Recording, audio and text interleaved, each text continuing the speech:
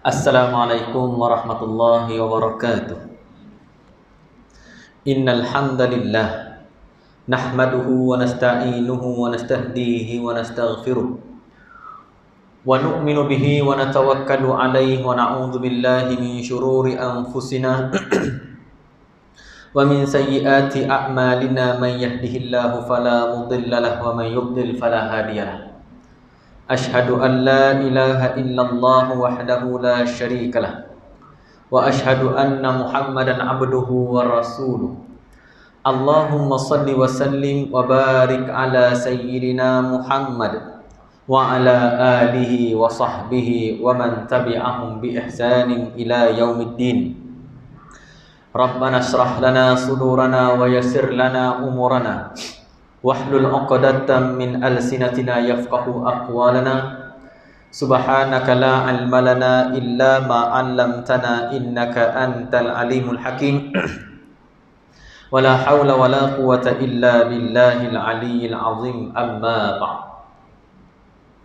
Tuan-tuan dan puan-puan sedang jemaah yang dirahmati Allah sekalian, alhamdulillah, syukur kita kehadrat Allah Subhanahu wa taala kerana pada malam yang penuh barakah ni kita dapat sama-sama berhimpun untuk kita solat fardu maghrib secara berjemaah. Satu nikmat yang sangat-sangat besar yang Allah kurniakan kepada kita bila mana Allah sudi untuk menerima kehadiran kita. Sebab walaupun nampak hadir ke masjid ni ataupun surau nampak mudah, tapi sebenarnya payah. Orang mungkin boleh pergi tunaikan haji dan juga umrah di tempat yang jauh, berbelanja berpuluh-puluh ribu, beribu-ribu, satu keluarga pergi. Tapi bukan senang nak balik tu, nak mari masjid. Payah kan? Ke senang juga? Payah. Nak pergi haji tu, ambil cuti. Nak pergi umrah tu ambil cuti 2 minggu. Cancel segala urusan-urusan. Habis, semua cancel laka. Nak pergi umrah tu, keluarkan semua duit simpanan, ambil injek sana, injek sini, nak bagi boleh beribadat dengan baik dekat sana. Semua boleh pergi. Tapi bila balik, bukan senang nak pergi masjid. Susah nak pergi masjid. Sebab apa? Sebab dia bukannya satu benda yang kita kena usaha, kita boleh datang dengan suka hati kita, tidak. Tapi atas jemputan daripada Allah. Lepas tu bila sebut hayya 'alas salah, kita akan kata la haula wala quwwata illa billah. Marilah kita menunaikan salat hayya 'alas salah. Bilal laungkan azan hayya 'alas salah. Kita jawab dekat luar tu la haula wala quwwata illa billah. Saya memang kagum. Ada hari tu rasanya saya terserempak dengan jemaah sini yang kaki sebelah tak ada, pakai tongkat. Dia kata Allahu akbar. Saya kagum. Memang saya kagum tengok orang macam ni. Memang saya sangat-sangat kagum. Masa saya duduk di USIM dulu, tahun 2009 hingga tahun 2013, semasa saya buat degree dekat sana, ada seorang ahli jemaah di Masjid Putra Nilai. Tak tahulah sekarang ni kalau tuan-tuan pergi, dia ada lagi ke tidak, Masjid Putra Nilai di Nilai, Negeri Sembilan. Tapi saya sentiasa nampak dia pada waktu asar. Dan dia tak ada kedua-dua kaki. Bukan tak ada kedua kaki tu sekat lutut, sekat paha tak ada. Sekat paha tak ada. Kenderaan dia skateboard. Dia duduk atas skateboard tu, dia kayu dengan tangan. Tapi dia boleh setiap hari mari asar. Sebelum asar tu dia akan melukis dan dia jual lukisan dia. Dan masa tengah azan asar dia akan kayu, dia akan rehatkan tangan dia dengan cara dia kayu skateboard tu, dia pusing-pusing dekat situ dan dia salat asar berjemaah. Kalau waktu maghrib isyak jangan tanyalah mana dia, sebab skateboard dia lampu tak ada. Kalau skateboard dia macam kereta kita, lampu tak apa, dia boleh mari dalam malam tu. Tapi sebab skateboard dia lampu tak ada, signal tak ada, nak bagi macam mana. Tapi dia alhamdulillah, walaupun Allah kurniakan kepada dia dengan ketidaksempurnaan macam tu, tapi bukan senang nak mari masjid. Bukan senang, bukan senang. Walaupun nampak pintu masjid tu percuma je. Tapi orang lebih rela nak masuk disko yang berbayar. Orang lebih rela nak masuk wayang yang berbayar. Sampai sanggup korbankan waktu. Tengok pukul 6 sampai pukul 8 mak kilau. Ada juga orang tengok mak kilau 6 sampai 8 memperjuang nak kembalikan semula semangat kepahlawanan, tapi lupa kepada semangat ketuhanan. Dia nak kembalikan semula semangat kepahlawanan, tayangan 6 sampai 8 malam, tapi dia lupa kepada semangat ketuhanan. Mana yang patut kita utamakan? Sebab itulah benda yang paling susah sekali kita nak bezakan adalah nak bezakan mana yang baik dan mana yang terbaik. Jadi insya-Allah pada malam ni saya nak kongsikan dengan tuan-tuan puan. Sebenarnya saya nak bawa kitab Al-Iman wal Hayah ataupun Iman dan Kehidupan karangan Dr. Yusuf Al-Qaradawi. Saya suka dengan buku ni sebab dia lebih pada contemporary. Dia ulama-ulama yang terkini dan dia tahu tentang isu-isu semasa. Saya suka. Saya memang sukalah bila saya baca tu, dia punya isu semasa yang dia masukkan tu agak up to date lah. Bukan isu-isu zaman sahabat, isu-isu zaman tabi'in. Dia ambil isu-isu semasa. Dia ambil isu-isu semasa tentang kebahagiaan. Saya suka dengan satu buku yang bagi saya dia bukan menggunakan bahasa yang kompleks sangat. Dia gunakan bahasa yang untuk orang awam baca.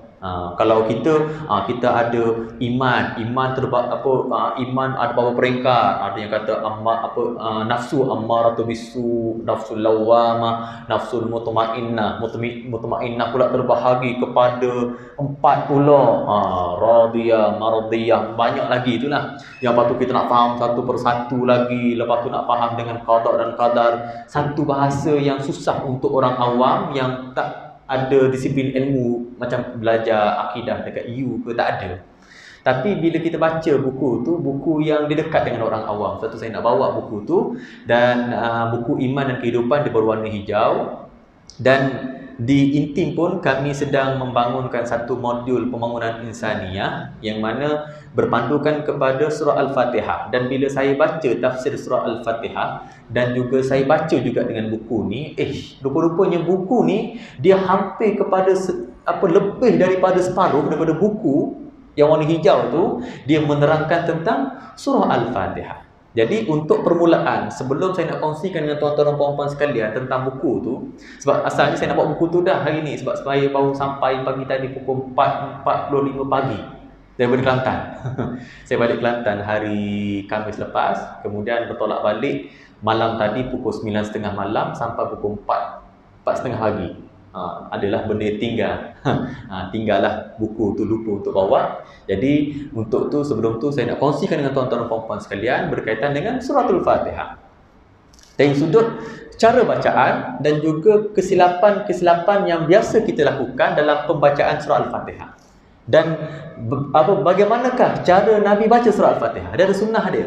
Sunnah Nabi. Lepas tu, Ustaz, macam mana kalau orang baca dengan cara macam ni? Berdosa? Tak ada dosa. Sunnah. Bila sunnah ni kan, buat dapat pahala. Sebab kita ikut sunnah. Tak buat, tak dapat apa-apa. Dosa tak dapat. Tak masalah. Ni dari sudut lebih kepada perkongsian. Surah Al-Fatihah dia terbahagi kepada 7 ayat. Dan surah Al-Fatihah ni dia ada gelaran dia, sab'u mathani, iaitu 7 ayat yang diulang-ulang dalam Al-Quran. Dan bila kita tengok sebenarnya surah Al-Fatihah 7 ayat ni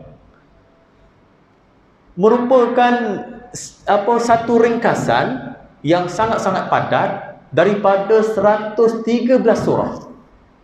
113 surah tu dipadatkan dalam 7 ayat. Inilah kelebihan surah Al-Fatihah. Sebab tu antara anugerah yang Allah tak anugerahkan kepada orang lain, melainkan orang yang Allah pilih sahaja, iaitu jawami'ul kalim.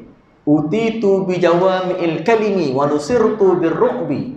Dalam sebuah hadis yang sahih daripada Rasulullah SAW, Rasulullah bersabda, utitu bi jawami'il kalim. Allah datangkan kepada aku satu bakat, iaitu jawami'il kalim. Satu kata-kata tapi dia bawa banyak maksud. Satu kata-kata yang tapi dia membawa kepada banyak maksud. Wa nusirtu birru'bi. Dan tolong aku bila mana dalam keadaan ketakutan. Fa bainama ana na'im. Bila mana iaitu Allah bagi. Dan Allah datangkan juga mafatihil khazainil ard fawdi'at fi yadayya. Dan Allah datangkan kunci khazanah dunia ni dan diletakkan dekat atas telapak tangan aku semasa mimpi. mimpi Nabi. Dan bila kunci khazanah dunia ni akan terbuka, bila mana wafatnya Rasulullah SAW, terbukalah khazanah. Sebab itulah keluar timah, keluar arang batu, keluar semua benda tu, hasil-hasil bumi ni keluar selepas kewafatan Rasulullah sallallahu alaihi wasallam. Petroleum semua keluar lepas daripada itu. Sebab Rasulullah lah yang memegang kunci khazanah dunia. Rasulullah wafat, terbukalah kunci itu, maka keluarlah petroleum, keluarlah gas, keluarlah arang batu, keluarlah timah, bauxite, semua keluarlah selepas kewafatan Rasulullah sallallahu alaihi wasallam. Jadi dalam surah Al-Fatihah ni, ada masa saya belajar dekat U dulu, ada seorang lecturer saya lah. Dia suruh saya buat, kami ni pelajar dia buat assignment lebih kurang dalam 12 hingga 15 muka surat. Sebenarnya nak buat assignment 12 hingga 15 muka surat bukan benda yang susah, sangat-sangat mudah. Tapi dia bagi satu benda yang paling susah sekali. Dia kata apa? Dia kata daripada 15 muka surat tu, dia nak saya ceritakan, ringkaskan dalam satu ayat sahaja. Macam mana? Boleh buat tak? 15 muka surat nak diringkaskan dalam satu ayat, 2 baris, satu saja noktah. Tuan-tuan boleh buat tak? Kita nak terangkan 15 muka surat yang kita buat tu, ada 3 bab semua tu, dalam satu ayat sahaja. Dia kata masa dia buat PhD dekat UIA, dia kata dia punya supervisor dia tu minta dia buat satu ringkasan daripada PhD yang tebal ni, beratus-ratus muka surat tu, diringkaskan dalam 2 ayat, dalam satu ayat 2 baris. Susah. Memang susah. Tapi macam mana Allah daripada keseluruhan Al-Quran, dekat dengan 6,000 lebih ayat, Allah himpunkan dalam 7 ayat. Sebab tu sebelum kalau tuan-tuan nak belajar tentang Al-Quran, surah-surah yang lain, wajib untuk tuan-tuan dan puan-puan faham dulu surah Al-Fatihah. Dalam sebuah hadis kursi, Rasulullah SAW bersabda, firman Allah Subhanahu wa taala, qasamtus salah, aku telah membahagikan salat. Ulama mentafsirkan, ulama mensyarahkan, solat dekat sini bukan solat yang kita Allahu Akbar tu, tapi solat dekat sini maknanya Al-Fatihah. Sebab la salata liman lam yaqra bi Fatihatil Kitab. Tidak dikira solat bagi orang yang tidak membaca surah Al-Fatihah dalam solat. Maknanya Allah letakkan syarat utama dalam solat ni adalah Al-Fatihah. Sebab tu Allah kata qasamtus salah, aku telah membahagikan solat, iaitu surah Al-Fatihah, baini wa baina abdi nisfain, di antara aku dengan hamba aku 2 bahagian. Dan memang kalau kita tengok dalam Al-Quran 2 bahagian je ada. Kalau kita tengok daripada ayat 1 surah Al-Baqarah sampailah ayat yang ke-6 surah An-Nas, hanya ada 2 ayat sahaja. 2 sahaja bahagian yang ada. Yang pertama, fanisfu hali, sebahagiannya untuk aku. Ada ayat untuk Allah. Fanisfu hali abdi, dan sebahagian lainnya untuk hamba aku, wali abdi masa'al, dan untuk hamba aku apa sahaja yang diminta. Kalau kita tengok dalam surah Al-Fatihah ni, dekat mana bahagian Allah? Bismillahirrahmanirrahim. Allah, dengan nama Allah yang Maha Penyayang lagi Maha Pemurah. Alhamdulillahirabbil alamin, segala puji bagi Allah, Tuhan sekalian alam. Ar-Rahmanur Rahim, yang Maha Penyayang lagi Maha Pemurah. Malik Yaumiddin, penguasa, pentadbir, raja pada hari kiamat. Iyyaka na'budu, hanya kepada Engkau kami sembah, wa iyyaka nasta'in, dan hanya kepada Engkau kami minta pertolongan. Inilah bahagian yang kedua. Ihdinas siratal mustaqim, tunjukkanlah kami jalan yang lurus. Siratal ladzina an'amta 'alaihim ghairil maghdubi 'alaihim waladdallin. Iaitu jalan yang orang Kau berikan nikmat ke atas mereka, bukan jalan orang yang Engkau murkai, dan bukan juga jalan orang yang sesat. 2 bahagian ni. Kalau kita tengok daripada ayat pertama surah Al-Baqarah sampailah ayat yang terakhir surah An-Nas, 2 bahagian ni je ada. Allah himpunkan dalam 7 ayat. Sebab tu gelaran dia dalam Al-Quran pun ada sebut sab'u mathani, 7 ayat yang diulang-ulang dalam Al-Quran berkali-kali. Jadi itu bila mana hamba aku kata Alhamdulillahirabbil alamin, aku akan jawab hamidani abdi, hamba aku puji aku. Ar-Rahmanur Rahim, asna alayya abdi. Malik yaumiddin majidani abdi. Iyyaka na'budu wa iyyaka nasta'in. Hada. Inilah dia. Baini wa baina abdi. Antara aku dengan hamba aku ini. Aku nak dekat-dekat dengan hamba aku ni. Wa li abdi ma sa'al. Dan untuk hamba aku, apa saja diminta daripada aku bagilah ke. Ihdinas siratal mustaqim, siratal ladzina an'amta 'alaihim ghairil maghdubi 'alaihim waladdallin. Hadza li abdi. Inilah yang aku nak bagi ke hamba aku, wa li abdi ma sa'al. Dan untuk hamba aku apa saja dia minta. Jadi inilah perbualan antara kita dengan Allah bila mana kita membacakan surah Al-Fatihah. Allah sentiasa membalas setiap dialog-dialog ni. Sebab tu dalam surah Al-Fatihah juga bukan sahaja tu, Allah ajarkan kepada kita bagaimana cara untuk berdoa. Kita bukan doa, ya Allah berilah kepada aku kekayaan, berilah kepada aku kesihatan, berilah kepada aku kekuatan. Tidak. Cara berdoa dengan cara kita pulangkan dulu hak Allah. Puji-puji Allah dulu. Macam isteri lah. Dia nak minta dengan suami, bang nak duit 50. Nak beli apa? Nak beli barang-barang dapur ni, barang habis. Ambil lah duit 50. Abang duit ada ni. Lain. Tapi kalau isteri kata, bang, abang letih bang? Letih juga ni, bawa balik kerja. Abang nak air tak? Buatlah air kopi sikit. Buat air kopi. Sedap abang air bang? Sedap. Abang ni letih tak? Nak urut-urut dulu. Bang, barang dapur habis. Lepas tu nak apa? Nak duit 50? Ambil. Rasa-rasanya, tuan-tuan sebagai suami, suka yang mana? Suka yang A ke B? Betul, memang tanggungjawab suami. Kena bagi. Sebab nafkah. Bang nak duit 50, nak beli barang dapur. Dengan bang, abang letih bang. Abang nak air lapar, abang nak makan, abang nak makan orang. Abang, barang dapur habis. Rasanya kita nak bagi tu lebih suka lagi berbanding yang A, walaupun kita akan bagi juga. Macam tu jugalah Allah. Sebab tu Allah kata, ana inda zanni abdi bi. Aku bersama dengan sangkaan hamba-hamba aku. Kalau hamba aku suka yang tu, aku pun nak tu. Kalaulah kita boleh puji tok laki kita, apatah lagi Allah. Allah lagi layak untuk dipuji. Alhamdulillahirabbil alamin. Jadi Allah ajarkan kepada kita bagaimana cara untuk berdoa dengan cara alhamdulillahirabbil alamin. Dalam sebuah hadis pun ada menyebut afdalu zikri la ilaha illallah. Sebaik-baik zikir yang kita zikir ingat pada Allah ni la ilaha illallah. Ada zikir lain yang lebih baik daripada la ilaha illallah. Sebab tu kita bila zikir la ilaha illallah, afdalu zikri fa'lam annahu, ketahuilah bahawa ia adalah la ilaha illallah. Afdalu zikri la ilaha illallah wa afdalu du'a alhamdulillah. Sebaik-baik zikir la ilaha illallah dan sebaik-baik doa adalah alhamdulillah. Puji Allah dulu. Kemudian barulah minta apa yang kita nak. Macam itulah kita nak minta dengan tok laki kita, kena minta apa ke, kita kena puji. Buat apa yang Allah perintahkan dulu. Bayangkan isteri kita suruh buat buat air kopi, buat ni, malah buat sendiri kan. Kita suami kan, bos lah. Anggap kita lah, bos. Buat air kopi tu, kemahlah sikit ni Allah, abang letih lah kerja balik kerja ni. Tak nak buat, abang buat sendiri abang. Buat sendiri. Tapi tiba-tiba isteri datang, bang nak duit bang. Lain sikit kan. Macam tu juga dengan Allah. Allah suruh kita buat macam-macam yang mudah je, tapi kita susah, berkira. Tapi masa kita nak minta dengan Allah, banyak pula kita minta. Dengan Allah kita minta banyak. Allah minta kita untuk buat apa yang Allah minta, tak buat. Lengah-lengahkan, tangguh-tangguh.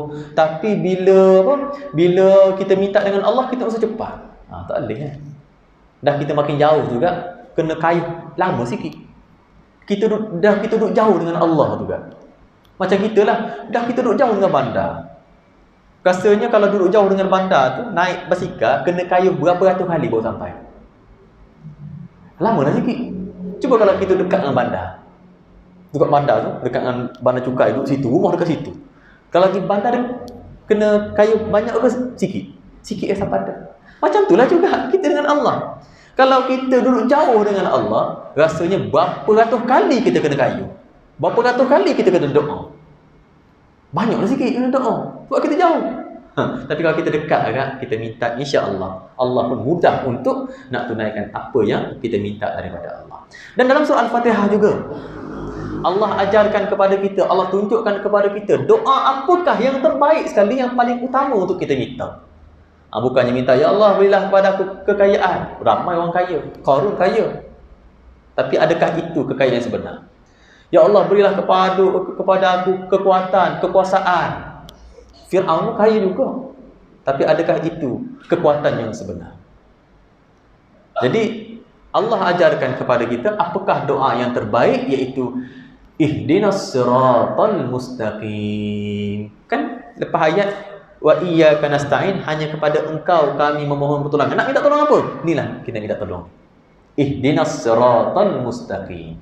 Tunjukkanlah kami jalan yang lurus. Ini doa ni, walaupun kita nampak jalan lurus, bukan senang nak pergi ke jalan yang lurus tu.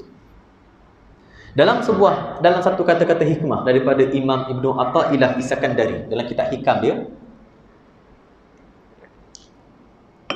khairu ma tatlubuhu minhu huwa ma talibuhu minka.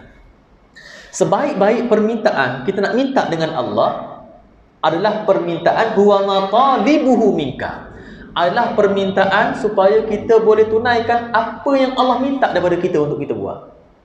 Itu permintaan paling baik sekali.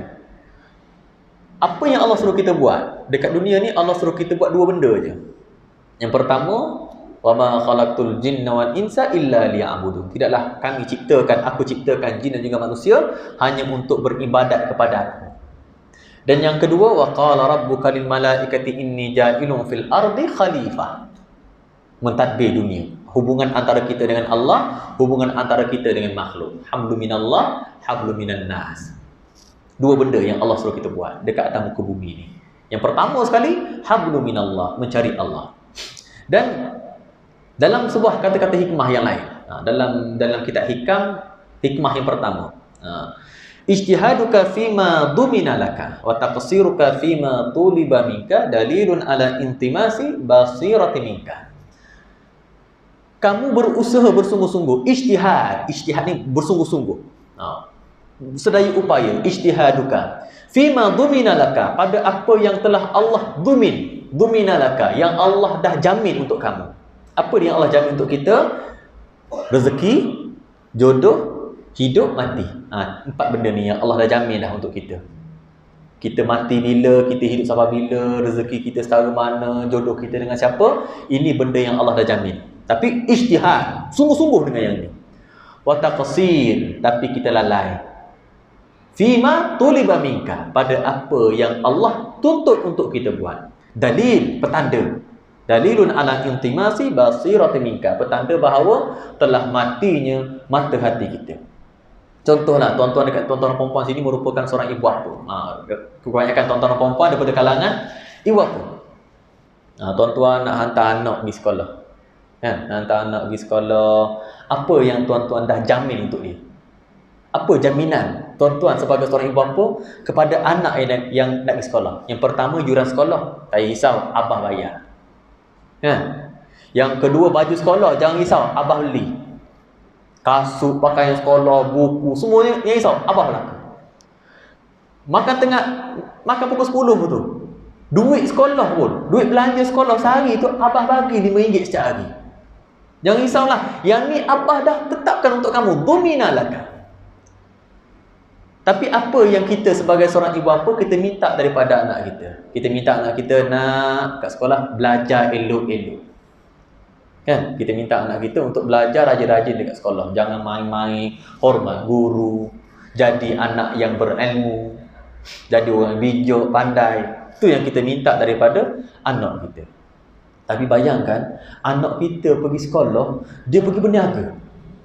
Dia jual burger, dia jual tu, jual ni, nak duit. Sedangkan makan minum dekat rumah kita bagi dah. Kita dah masak untuk dia tengah hari, balik-balik kita ambil, pergi kita hantar, balik kita ambil. Beg semua kita dah beli, baju semua kita dah tolong gosok. Kita minta satu je, belajar. Tapi malangnya anak kita pergi sekolah tak belajar. Dia duduk berniaga, jual sana, jual sini. Sebab apa? Nak duit. Apa perasaan tuan-tuan sebagai seorang ibu bapa? Bila mana anak sibuk cari piti, anak sibuk cari duit, sedangkan kita sebagai ibu bapa, kita yang menanggung nafkah dia, tapi dia cari duit. apa perasaan kita sebagai ibu bapa bila anak kita lebih ke arah tu berbanding apa yang kita tuntut. Macam tu jugalah dengan Allah, apa yang Allah dah tetapkan duit belanja untuk kita, rezeki, jodoh, hidup mati. Ni Allah dah hantar kita, Allah dah bagi segala-galanya untuk kita. Cuma kena usaha sikit je. Bukan tunggu macam tu, kena usaha juga sikit je. Tapi apa yang Allah minta daripada kita untuk cari dia, untuk mengabdikan diri kita kepada Allah. Tapi yang ni lah kita lalai, kita sibuk yang ni sampaikan kita lupa apa yang Allah tuntut. Sebab itulah khairu ma tatlubuhu minhu huwa ma talibuhu minka. Sebaik-baik permintaan yang kita nak minta dengan Allah adalah permintaan supaya Allah beri kepada kita kekuatan untuk kita tunaikan apa yang Allah tuntut daripada kita. Nak mari masjid, ya Allah berilah kepada. Yang kata tuan-tuan lah, saya sendiri pun malah nak pergi. Sentiasa minta kekuatan, ya Allah, malah nak pergi, ngantuk masa ni pula ngantuk. Betul, lepas asar juga masa tu lah waktu paling ngantuk sekali. Lepas asar tu waktu paling ngantuk sekali. Tapi lepas habis isyak segar balik. Kita nak pergi sembahyang maghrib, Allah letihnya, lemah, lembek je. Tapi lepas isyak tu segar. Balik rumah boleh tengok TV, tengok movie 2 jam lagi. Tapi nak pergi masjid, Allah lembek. Bukan tuan-tuan lah, saya sendiri dah. Saya sendiri. Dulu masa saya nak pergi main asar dekat masjid, Allah malahnya nak pergi. Masa saya tingkatan 6, tingkatan 5, masa dekat U, nak main asar dekat masjid, mak dia kata, aduh pergilah masjid tu, azan lah tu. Allah malahnya nak pergi. Malah nak pergi.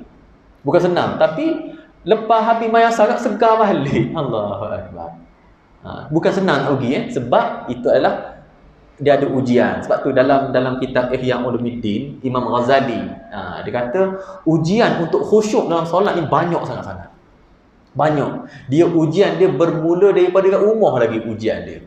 Nak main khusyuk tu Allah bukan senang tuan-tuan. Nak mari masjid, nak solat maghrib dengan khusyuk ni bukan senang. Tuan-tuan dah siap-siap dah wangi-wangi nak pergi masjid, tiba-tiba nak keluar rumah tayar pancit. Mikir dah, aku esok aku nak pergi tukar tayar. Pagi-pagi tu isteri pula kata, bang jangan lupa bang, baliklah bang, hampir maghrib bang. Gas habis dah ni, anak apa? Lepas tu habis juga keluar pergi beli gas. Bukan senang untuk nak khusyuk dalam solat. Sebab ujian dia bukan ujian semasa tuan-tuan dan puan-puan akan takbir, tapi ujian dia semenjak daripada rumah lagi sampailah kat sini. Dalam solat tu itu ujian lahir. Sebelum dia bersolat tu pun dia dah ada ujian untuk kita nak dapatkan khusyuk dalam solat. Itu ujian tu Allah datangkan sebab penerimaan dalam solat kita ni, Allah terima solat kita ni bukan kadang-kadang memang kita lalai. Bukan nak kata solat tu Allah tolak. Allah tolak solat yang tak sah. Solat yang tak sah memang Allah tolak. Tapi solat yang sah Allah tak tolak semua. Cuma mungkin Allah tak terima semua. Ada yang Allah terima 100% solat kita. Kadang-kadang kita separuh je kita khusyuk, separuh lagi tak khusyuk. Allah terima separuh. Tapi terimalah. Penerimaan solat tu ada dalam sebuah hadis, ada terima 1/4, ada terima 3/4, ada terima 1/2, ada terima belaka. Jangan sampai Allah campak belaka. Okay, itu berkaitan dengan secara gambaran umum tentang surah Al-Fatihah. Dan surah Al-Fatihah ni, cara Nabi baca surah Al-Fatihah, Nabi tak pernah berhenti dekat tempat yang bukan tempat berhenti. Sebab surah Al-Fatihah antara segelintir surah, yang sikit surah ni yang tak ada tanda-tanda berhenti, melainkan pada kepala ayat 1, 2, 3, 4, 5, 6, 7, itu sahaja.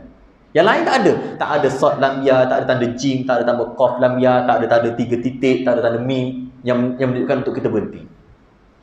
Jadi dalam sebuah hadis, Nabi bila mana Nabi baca surah Al-Fatihah, Nabi hanya berhenti pada kepala ayat, ra'sul ayat. Bismillahirrahmanirrahim.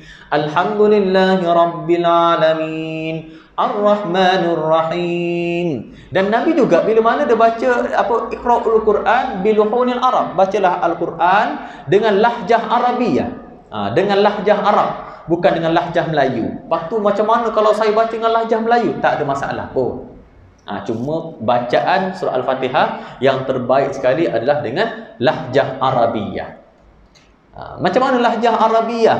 Antara lahjah Arabiyah iaitu dalam huruf alif. Huruf alif, kalau kita dalam bahasa Melayu, kita A. Tapi dalam bahasa Arab, dia A. Bukan Maliki Yaumiddin. Dia Maliki Ar-Rahmanir Rahim. Alhamdulillah. Bukan Alhamdulillah. Dia Alhamdulillahi Rabbil Alamin. Bukan Alamin. Dia Alamin. Ar-Rahman. Bukan Ar-Rahmanir Rahim. Itu lahjah Arabiyah. Antara lahjah Arabiyah. Dan juga antaranya lagi Dal. Dal.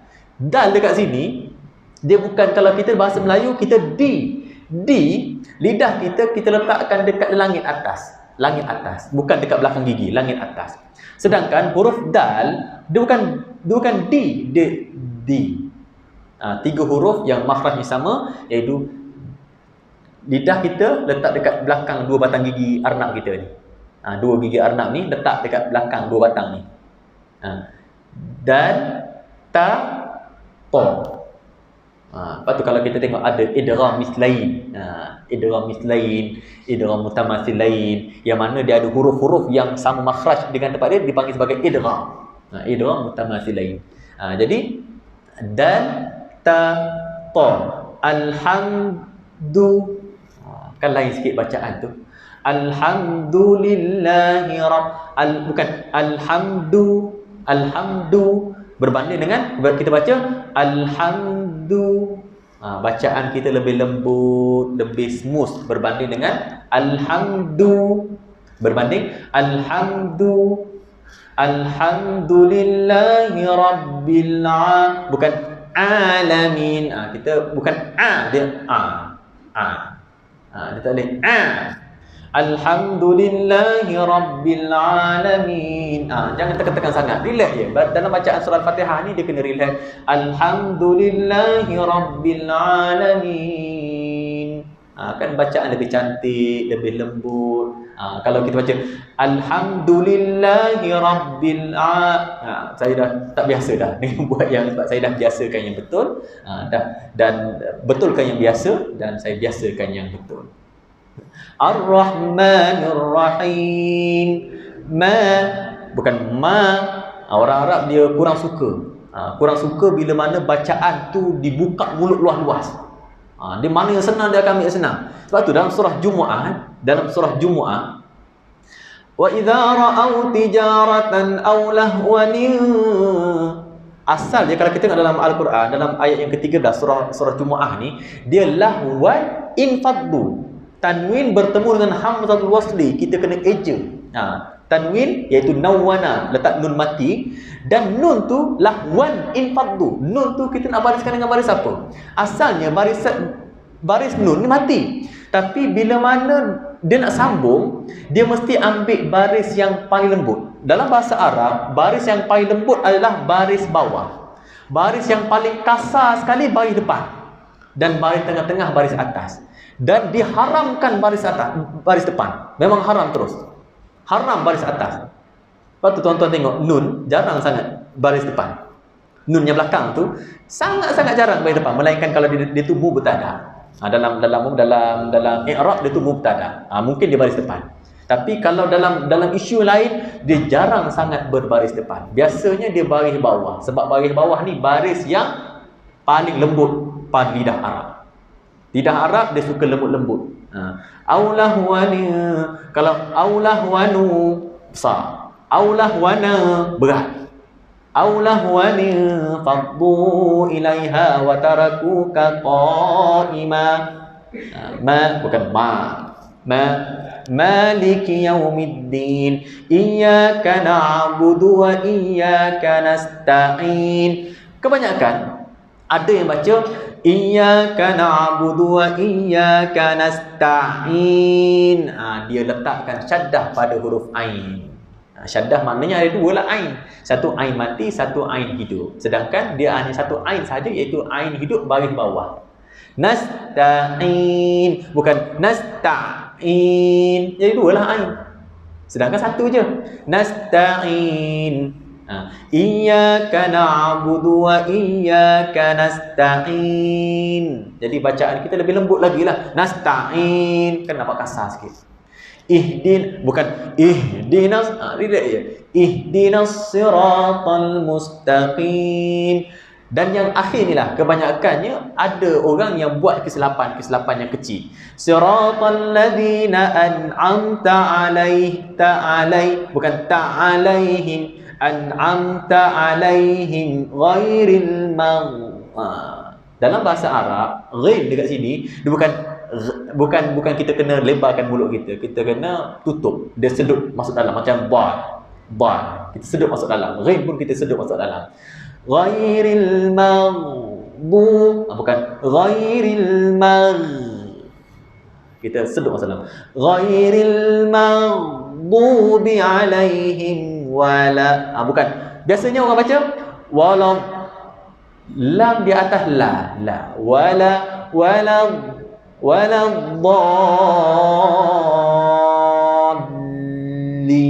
dhallin. Dia ada syaddah kan, kita kena bunyikan huruf lam. Dia ada transition antara lam mati dengan lam hidup tu, dia tak ada masalah kalau kita nak panjangkan sikit. Dhallin.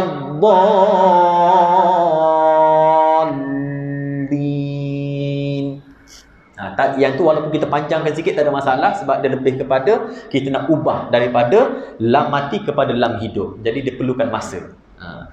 Tapi yang penting bukan wala, dia wala. Macam tu juga Allah, mana A-nya? Dia A. Allah, bukan Allahu Akbar. Dia ada dibacakan dengan baris atas. Allahu Akbar, bukan Allahu Akbar. Bunyi sedap tapi salah bacaan tu. Sebab bukan O tapi A. Allah wala dhallin.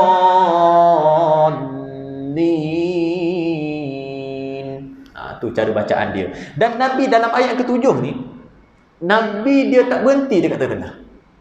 Nabi dia maknanya Nabi baca dalam 7 nafas. Bismillahirrahmanirrahim. Nafas pertama, Alhamdulillahi rabbil alamin. Yang kedua, Ar-Rahmanir-Rahim, Maliki yaumiddin, Iyyaka na'budu wa iyyaka nasta'in, Ihdinas siratal mustaqim, Siratal ladzina an'amta alaihim ghairil maghdubi alaihim waladdallin. Nabi tak berhenti dekat tengah. Nabi hanya menggunakan 7 nafas sahaja dalam surah Al-Fatihah. Tapi kebanyakannya ada yang baca Bismillahirrahmanirrahim, Alhamdulillahi rabbil alamin, Ar-Rahmanir-Rahim, Maliki yaumiddin. Sambung berlaku. Sunnah salah satu.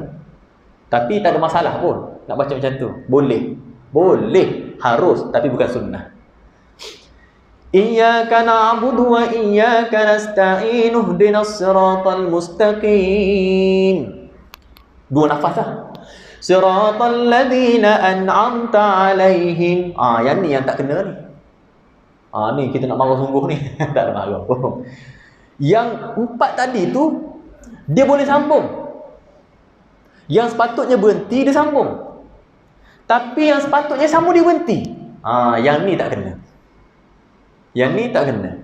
Dipanggil dalam istilah tajwid ni dipanggil sebagai waqaf qabihun, iaitu wakaf yang buruk. Sebab apa dipanggil sebagai wakaf yang buruk? Sebab ayat 1 sampai 4 dia balon belaka sambung. Tapi tiba-tiba ayat yang ke-7 ni dia diskriminasi. Tak adil. Yang lain kita bagi alasan, kita kita nak baca laju. Yang lah ni kita kata tak cukup nafas. Yang tadi cukup nafas.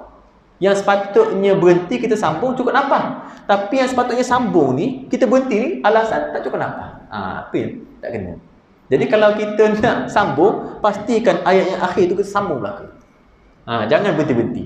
Kadang-kadang ada yang gunakan 3 nafas. Cara macam mana? Bismillahirrahmanirrahim. Alhamdulillahi rabbil alamin arrahmanir rahim maliki yaumiddin. Iyyaka na'budu wa iyyaka nasta'in ihdinas siratal mustaqim siratal ladzina an'amta 'alaihim. Kan? Biasa kan dengar macam itu.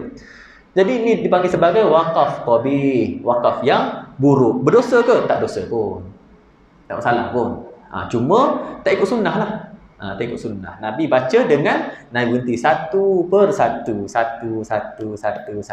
Tapi kalau kita panjang nafas kan, nak baca 7 ayat tu dengan satu nafas, bacalah, tunjuk hebat kita. Tapi Nabi, hebat-hebat Nabi pun Nabi tak sambung. Dengan surah Al-Fatihah ni memang Nabi tak pernah sambung selogat mana pun dia. Jadi surah Al-Fatihah kita baca dengan lebih teratur lagi, kita perbetulkan cara bacaan kita. Jadi yang sebut di semua tu adakah salah? Dia tak ada masalah pun, dia satu kesalahan yang kecil yang tidak mencacatkan solat kita. Tapi kalau sampai kita menambah huruf, dia dah mencacatkan solat kita. Okey, itu cara pembacaan secara ringkas.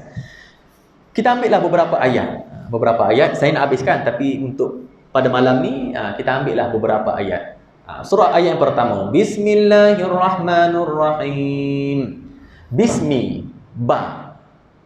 Ada orang satu ajaran dalam tafsir Jalalain daripada Imam Jalaluddin Al-Mahalli. Dia Jalalain, 2 orang jalan. Bukan Jalaluddin Hasan yang tu pelakon. Ni Jalaluddin Al-Mahalli dengan Jalaluddin As-Suyuti. Dia 2 orang Jalaluddin. Mati yang ni, sambunglah Jalaluddin As-Suyuti, sambung dia punya tafsiran dia. Kemudian daripada surah Al-Baqarah sampai surah Kahfi rasanya. Tu Jalaluddin As-Suyuti sampai surah Maryam. Kemudian daripada surah Kahfi sampai surah Al-Fatihah tu ditafsirkan oleh Jalaluddin Al-Mahalli. Dia kata, dalam Bismillahirrahmanirrahim kita boleh takdirkan dekat dalam Bismillah tu, aqra'u, aku membaca Al-Quran ni dengan Bismillahirrahmanirrahim, baru sempurna ayat. Sebab pernah ke kita tengok satu karangan dimulakan dengan bacalah dekat dalam dalam surat khabar pun tak ada dengan, melainkan surat. Surat dengan segala hormatnya, perkara di atas adalah dirujuk. Ba dekat situ, ulama mentafsirkan ba ni sebab dalam pelbagai tafsiran. Ada yang kata baul ilsab, ada yang kata baul musahabah. Kenapa musahabah? Sebab bersama dengan ba dekat situ, Bismillahirrahmanirrahim, ada bersama dengan dia adalah keberkatan. Sebab tu kita setiap kali nak buat sesuatu, kita baca dengan Bismillahirrahmanirrahim. Nak makan, Bismillahirrahmanirrahim, baul musahabah. Kenapa adanya ba? Biasanya bila dimulakan dengan, mesti benda dia akan menghubungkan dengan yang atas. Kalau macam dalam surat rasmi, dengan segala hormatnya saya merujuk kepada perkara di atas. Macam tu juga dengan nama Allah, maknanya dia merujuk kepada sesuatu yang di atas. Bismillahirrahmanirrahim. Kenapa Allah guna nama ismun? Ismun ni dalam bahasa Melayu, kita buka kamus Arab Melayu, maksudnya nama. Tapi kalau kita buka dalam kamus Arab, maksudnya aliyun, tinggi. Maksudnya ismun adalah aliyun, sifat tertinggi bagi Allah. Bismillah dengan sifat tertinggi bagi Allah, Ar-Rahman Ar-Rahim. Sebab tu kita jangan ingat bila kita panggil nama, kita letakkan nama anak kita ke, kita letakkan gelaran kepada isteri kita ke, maka kita anggap itu sebagai nama yang cantik. Tapi sebenarnya tidak, itu adalah sifat tertinggi, satu visi yang kita nak anak kita capai. Macam Nabi Rasulullah letakkan anak perempuan dia Fatimah. Kenapa Fatimah? Apa tujuan nama Fatimah? Fatimah maknanya Fatim, matang. Waktu Fatimah radhiyallahu anha merupakan seorang anak yang matang. Sejak kecil lagi dia bersama-sama menyokong perjuangan Rasulullah sallallahu alaihi wasallam. Maksud dekat Fatimah tu matang. Jadi matanglah anak yang pertama. Jadi macam itulah kita letakkan anak kita, visi kita, apa yang kita nak anak kita jadi pada masa akan datang. Orang macam mana? Orang yang lemah lembut. Letak nama Abdul Halim, Abdul Latif. Orang yang bijaksana, Abdul Hakim, cerdiklah sikit. Tapi sesuailah dengan ajaran kita. Kita nak capai visi itu, pastikan jalan yang kita tunjukkan pada anak kita pun sesuai dengan visi yang kita nak capai pada anak kita. Bismillahirrahmanirrahim. Yang Ar-Rahman Ar-Rahim saya nak huraikan pada ayat yang ketiga. Ayat yang kedua, Alhamdulillahi Rabbil Alamin. Segala puji. Kenapa Allah tak kenapa alhamdulillah? Dia beza macam dalam surah Al-Isra. Subhanallazi asra bi 'abdihi lailan. Kenapa Allah gunakan perkataan lailan bukan al-laila? Al-laila ni maknanya satu malam. Satu malam penuh. Al-laila, satu malam penuh. Al-laila wan nahara, sehari semalam. Tapi bila sebut lailan, dia bukan satu malam penuh, tapi sedikit daripada malam. Macam tu juga bila alhamdu dengan hamdulillah, dia membawa maksud yang berbeza. Alhamdu ni maknanya segala jenis puji-pujian. Ulama telah membahagikan puji-pujian kepada 4 jenis puji-pujian. Yang pertama, Allah memuji dirinya sendiri. Dalam Al-Quran Allah sebut Ar-Rahmanur Rahim, yang Maha Penyayang lagi Maha Pemurah. Allah puji diri sendiri. Innahu wa kana Allahu ghafurur rahima. Innallaha huwal ghaniyyul hamid. Allah puji diri sendiri. Sebab apa Allah puji diri sendiri? Sebab Allah layak dipuji. Kita boleh nak puji diri kita sendiri? Tak boleh lah. Itu nama dipanggil sebagai takabur, membesar-besarkan diri. Kita tak boleh besarkan diri. Kita hanya boleh besarkan Allah. Allahu Akbar. Tapi nak besar takabur, takabburan, membesarkan diri kita sendiri. Tak boleh lah. Menyembah diri kita. Kita menganggap semua ni hasil usaha kita sendiri. Takabbur, membesarkan diri, tak boleh. Sebab yang perlu kita besarkan hanyalah Allah sahaja, sebab Allah layak untuk dibesarkan. Sebab Allahu Akbar. Jadi Allah puji diri sendiri. Yang kedua, Allah memuji makhluk. Allah puji para sahabat dalam Al-Quran. Allah puji para nabi. Allah puji isteri-isteri nabi. Allah puji orang-orang yang beriman. Yang ketiga, pujian makhluk kepada Allah. Kita puji Allah. Macam mana cara untuk puji Allah? Ya Latif ataupun Ya Rahman. Tak tahu. Tak ada seorang pun tahu bagaimana cara untuk puji Allah, melainkan Allah sahaja tahu bagaimana cara yang terbaik untuk puji Allah. Yang seperti mana yang Nabi SAW ajarkan, iaitu Alhamdulillah, segala puji ambil belaka. Senang je. Nak puji Allah ni paling mudah sekali, iaitu kita kena puji semua sekali. Alhamdulillah, segala puji-pujian tu untuk Kau belaka ya Allah. Tak satu pun yang layak untuk makhluk. Dan pujian yang keempat, makhluk memuji makhluk. Kita puji kawan kita, oh cantik kau hari ni. Kalaulah dia cantik, macam mana yang menciptakan yang cantik tu? Mestilah dia maha cantik. Oh baiklah kau ni. Kalau dia tu baik, macam mana yang menciptakan dia yang baik tu? Mestilah dia maha baik. Oh hebatlah, mesti dia yang maha hebat. Jadi pulangkan segala puji-pujian tu hanya kepada Allah Subhanahu wa taala. Alhamdulillah Rabb. Kenapa Allah gunakan Rabb? Dalam surah yang pertama sekali ni Allah gunakan Rabb berbanding dengan nama-nama yang menunjukkan kepada supreme, ketinggian. Kenapa Allah gunakan Rabb? Rabb ni bukan Tuhan. Rabb ni maknanya pentadbir, pengurus, supervisor. Rabb. Kenapa tak boleh ilah yang layak disembah? Tuhan. Tapi kenapa guna Rabb? Rabb ni maknanya pentadbir. Sebab tu perempuan, isteri dipanggil sebagai Rabbatul Bait. Rabbatul Bait, iaitu pentadbir rumah. Sebab apa Allah gunakan Rabb? Allah nak tunjukkan kepada kita bahawa betapa hampirnya Allah dengan kita. Allah lebih kenal kita berbanding kita kenal diri kita sendiri. Kita minta yang ni, tapi Allah tahu ni tak boleh untuk engkau ni. Ni untuk engkau. Allah tahu mana yang terbaik untuk kita. Sebab tu isteri kita, dia Rabbatul Bait, dia tahu apa yang terbaik untuk rumah tu. Abang, beli beras bang. Beras bukan abang beli. Habis dah. Dia tahulah. Dia Rabbatul Bait. Kita cari mana baju saya tu. Ada dekat almari tu. Saya simpan dekat almari yang sebelah tu, pintu nombor 3. Dia tahu mana simpan. Kita cari tu kat berjam-jam tak jumpa. Cari butang. Mana butang saya, Pak? Pak, mana butang abang, Pak? Abang lorak ni, Pak. Nak pergi majlis kahwin kawan abang, Jamil namanya. Jamil mana tu? Contohlah. Cari butang tak jumpa. Tapi isteri kita pergi sekali buka, jumpa terus. Sebab dia Rabbatul Bait. Dia dekat dengan rumah. Dia tahu masalah rumah. Apa yang ada, apa yang tak ada, apa yang perlu ada. Dia tahu. Macam itulah Allah. Allah tahu apa yang perlu ada pada kita. Sebab Allah Rabb, pentadbir. Allah pengurus. Kita, yang mana kita lebih dekat? Pengurus ke pengarah? Kalau kita kerja, dengan siapa yang kita lebih dekat? pengurus tempat tu ke ataupun pemilik tempat tu? Pengurus kita lebih dekat lagi. Bos kita yang atas kali kata, mana orang ni? Tak orang kerja. Tapi pengurus kita, dia ada masalah sikit. Dia tahulah apa masalah pada dia punya anak buah, sebab dia pengurus, Rabb. Sebab itulah Allah gunakan perkataan Rabb merujuk kepada Allah sangat-sangat dekat dengan kita. Sebab apa? Kalau tengok ayat yang ketiga, Ar-Rahmanur Rahim, penyayang. Sesuailah dengan Rabb. Kalau guna ilah, dia kena Malik Yaumiddin. Ayat yang ketiga.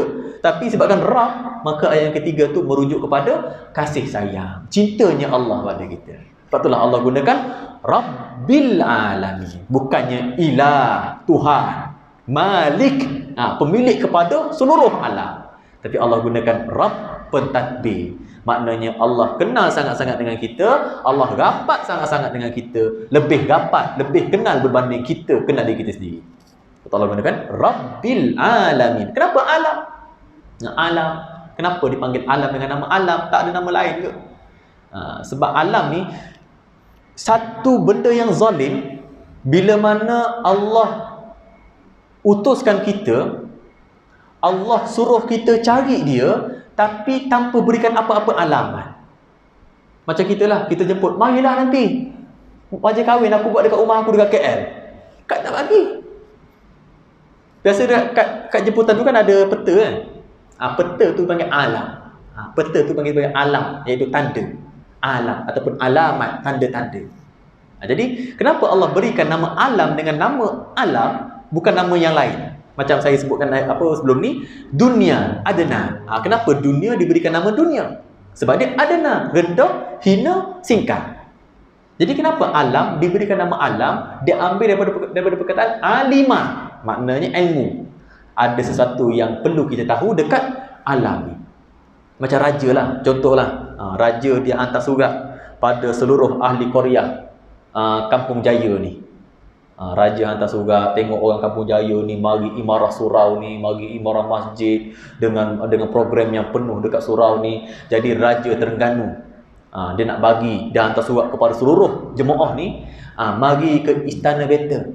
Beta nak bagi setiap isi rumah sebuah kereta Myvi yang baru, Alza yang baru keluar baru-baru ni, Alza 2022. Tapi kita ni rakyat biasa, mana tahu rumah sultan kat mana? Tak tahu. Tapi bila sultan bagi tu, dia bagi alamat. Dia bagi alamat, kita baca, ada jemputan, tarikh bila, okey, jom bang, set pergi. Jom kita set masa, pergi dekat istana, ambil kereta yang sultan nak bagi. Sebab ada surat dah. Tapi malangnya, ada daripada kalangan kita ni yang pergi cium surat tu. Boleh bayang tak? Dia cium surat tu, dia peluk surat tu. Isteri kata dah sampai dah, masa untuk pergi ambil. Bang, jom bang kita pergi dekat Istana Raja, nak ambil kereta Myvi. Tak payahlah kereta Myvi. Abang suka dengan surat ni je. Abang peluk surat ni, cium surat ni, jilat surat ni. Tak nak pergi ambil kereta Myvi tu. Apa kata isteri dia pada suami dia? Dia kata, abang ni gila. Surat ni 20 sen je. Harga surat tu, kertas tu harganya 20 sen je. Photostat semua tu kat, sekali dengan ni, sekali dengan stamp tu kat, RM1 dah habisnya untuk satu surat. Kos untuk satu surat tu RM1 je. Tapi untuk kereta tu RM40,000. Tu apa Alza ni RM70,000 lah, RM70,000. Mana yang berbaloi? Kita sampaikan kita lebih cintakannya RM1 berbanding RM70,000. Macam itulah Allah utuskan kita dekat dunia ni. Allah nak jemput kita masuk syurga.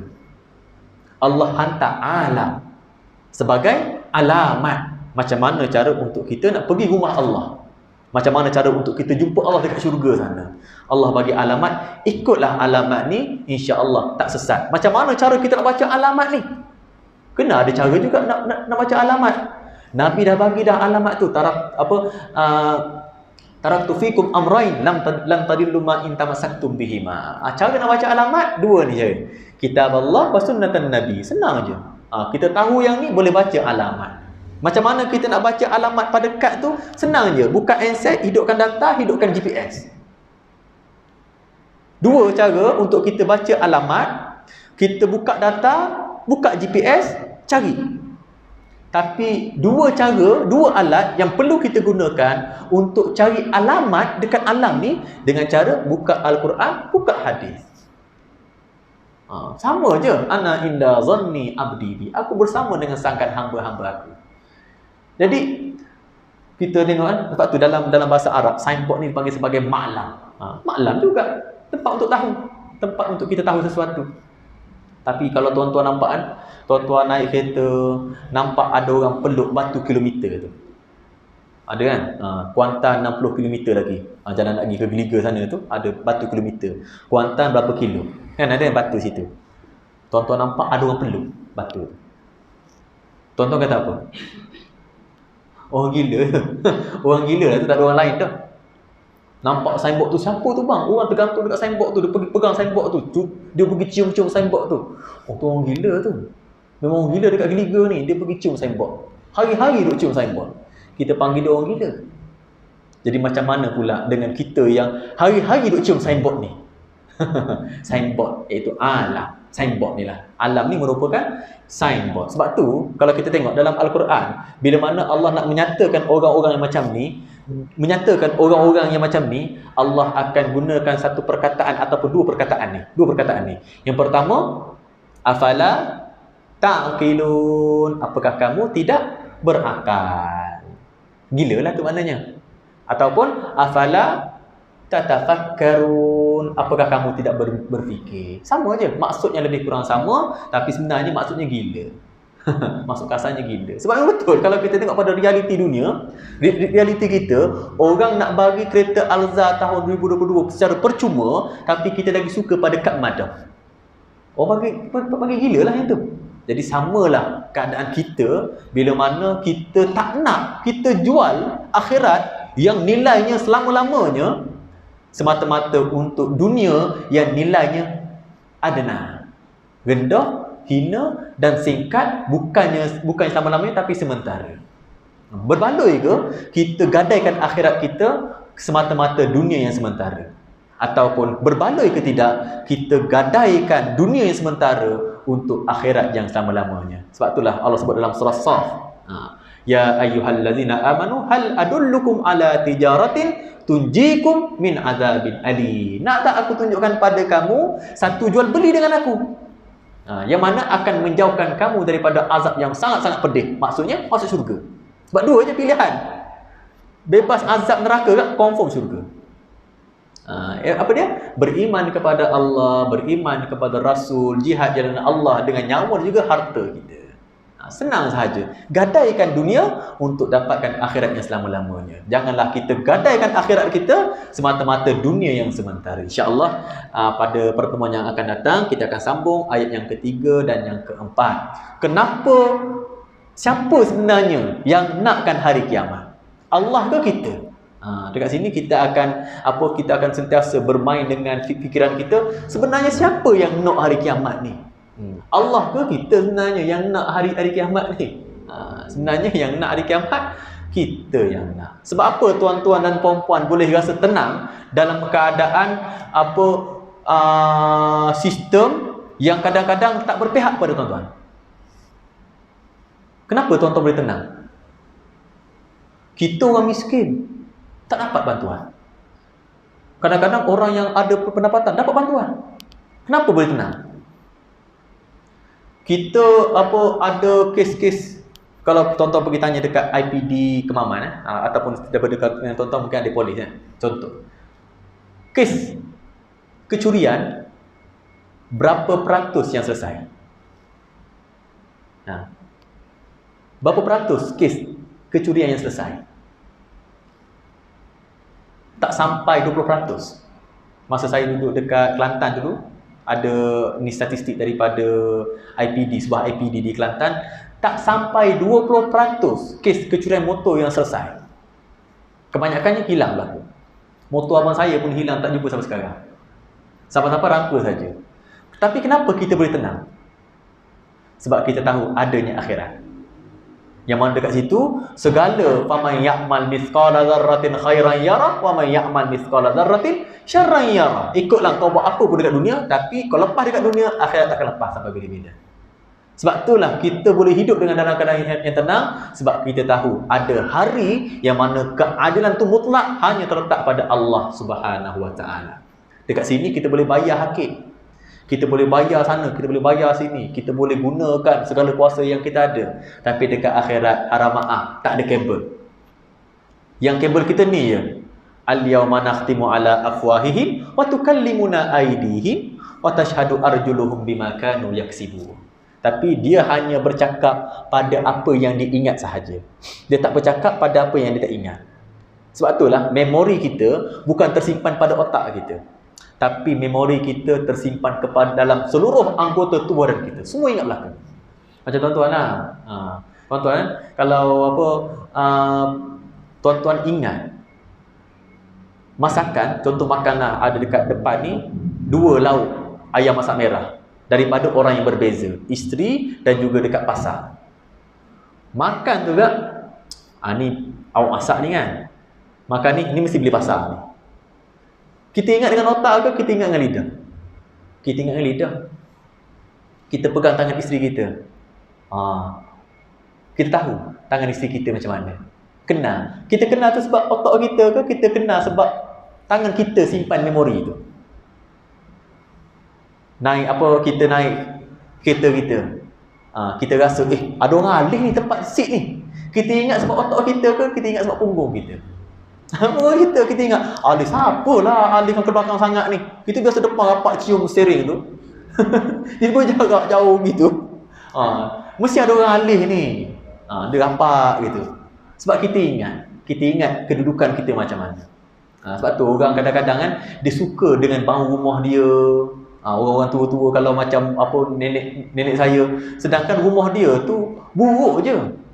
Bawa rumah mak saya gitu, tak suka duduk. Padahal kemah. Sebab dia memori dia. Dia selesa dengan keadaan tu berbanding sini. Sebab seluruh anggota tubuh badan kita dia simpan memori. Macam bang juga kita kenal. Cuba abang teka bang, mana isteri abang nombor 1, nombor 2. Ni nombor 1 ni pakai perfume ni. Yang ni nombor 2 ni silap kat siap. Kenal. Tapi kalau ada skandal lain lah sikit. Cakap ni janda depan tu. Tapi tak ada, insya-Allah saja je gurau-gurau dengan tuan-tuan dan puan-puan. Insya-Allah kalau ada rezeki kita bertemu lagi dalam pertemuan yang akan datang untuk sangkaan baik kita kepada Allah, ayat yang ketiga, dan juga ayat yang keempat, hidup yang berorientasikan akhirat. InsyaAllah dalam pertemuan yang akan datang kita akan sentuh 2 ayat ni dan ataupun ayat yang kelima nanti insya-Allah kalau sempat. Dan segala yang baik datang daripada Allah Subhanahu Wa Taala, yang kurang yang lemah salah silap daripada kelemahan sendiri. Moga-moga kita dapat sedikit manfaat dalam pertemuan kita yang singkat ni, lebih kurang hampir 1 jam. Dan saya minta maaf atas kesaran bahasa, tersilap bicara kalau contoh-contoh yang saya bagi itu menyebabkan tuan-tuan dan puan-puan rasa ke apa ke. Saya tidak tuju pada sesiapa. Itu hanyalah contoh sahaja. Okay, insya-Allah kita jumpa lagi. Aku qauli hadza wa astaghfirullahal azim li wa lakum. Assalamualaikum warahmatullahi wabarakatuh. Na'udzubillahi minasyaitonir rajim. Bismillahirrahmanirrahim. Alhamdulillahirabbil alamin. Wassalatu wassalamu ala sayyidina Muhammad asyrafil mursalin wa ala alihi wa sahbihi ajmain. Allahumma rahamna bil Qur'an waj'alhu lana imaman wa nuran wa hudan wa rahmah. Allahumma dzakirna minhu ma nussina wa 'allimna minhu ma jahilna warzuqna tilawatahu ana al-laili wa atrafan nahar waj'alhu lana hujjatan ya rabbal alamin. Allahumma ja'al jam'ana hadza jam'an marhuma wa tafarruqana min ba'dihi tafarruqan ma'suma wa la taj'alillahumma fina wa la ma'ana wa la man yatba'una shaqiyyan wa la matrudan wa la mahruma. Rabbana atina fid dunya hasanah wa fil akhirati hasanah wa qina adzaban nar. Wa sallallahu ala sayyidina Muhammad wa ala alihi wa sahbihi wasallam. Walhamdulillahirabbil alamin. Taqabbalallahu minkum. Assalamualaikum warahmatullahi wabarakatuh.